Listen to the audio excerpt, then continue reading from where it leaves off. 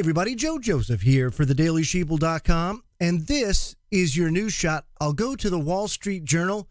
They're highlighting that George Soros, one of the richest men in the world, has now just transferred $18 billion to his foundation, creating an instant giant, they say. I mean, any sort of nonprofit organization that gets an infusion of $18 billion, of course, would probably be the happiest nonprofit organization in the entire world, I would have to imagine. It says here, George Soros, who built one of the world's largest fortunes through a famous series of trades, has turned over nearly $18 billion to open society foundations, according to foundation officials, a move that transforms both the philanthropy he founded and the investment firm supplying its wealth. Now holding the bulk of Mr. Soros's fortune, Open Society has vaulted to the top of the ranks of philanthropic organizations, appearing to be the second largest in the U.S. by assets after the Bill and Melinda Gates Foundation, based on a 2014 figures from the National Philanthropic Trust. Now, Soros Funds Management LLC's 87-year-old founder now shares influence over the firm's strategy with an investment committee of Open Society. And Mr. Soros set up the committee and is its chairman, but it's meant to survive him, according to people familiar with him. Now, interestingly enough, there is a lot of controversy that surrounds this society, the Open Society. And that has to do with a lot of the endeavors that it has within the United States in stoking the divide.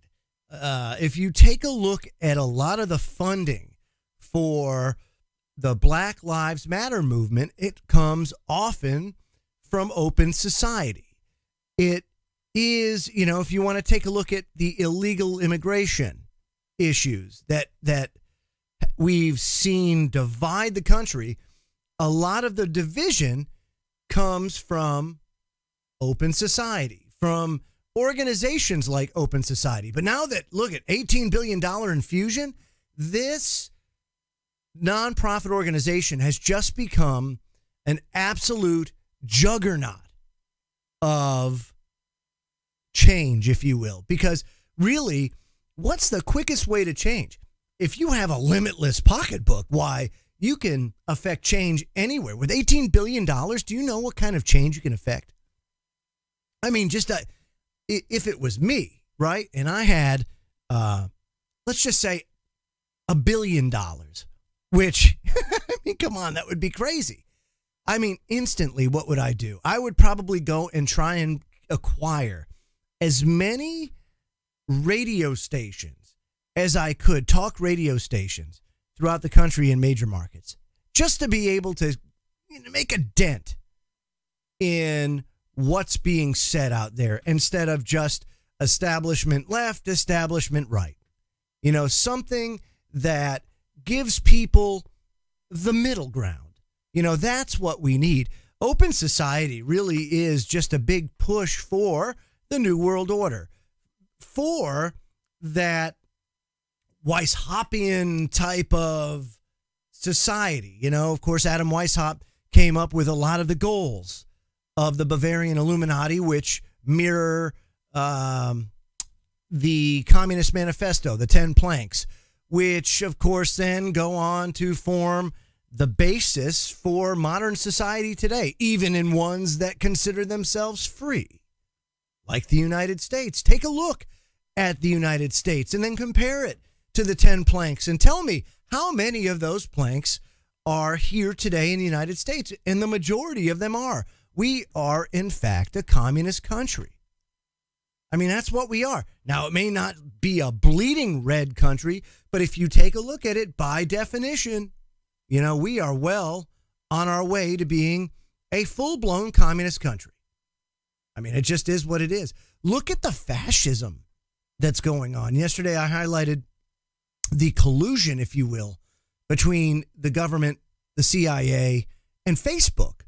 Now, Facebook requires government security clearances for some positions because of the the type of crony cooperation, the melding of corporations and the government. That is truly what fascism is. And then you take a look at what George Soros is trying to inject as far as change into this country, into the world for that matter. Look at what he's done over in Europe. A lot of people like him. A lot of people hate him. Call him what you will. The guy is active, and he just infused $18 billion into one of the most controversial nonprofits out there today.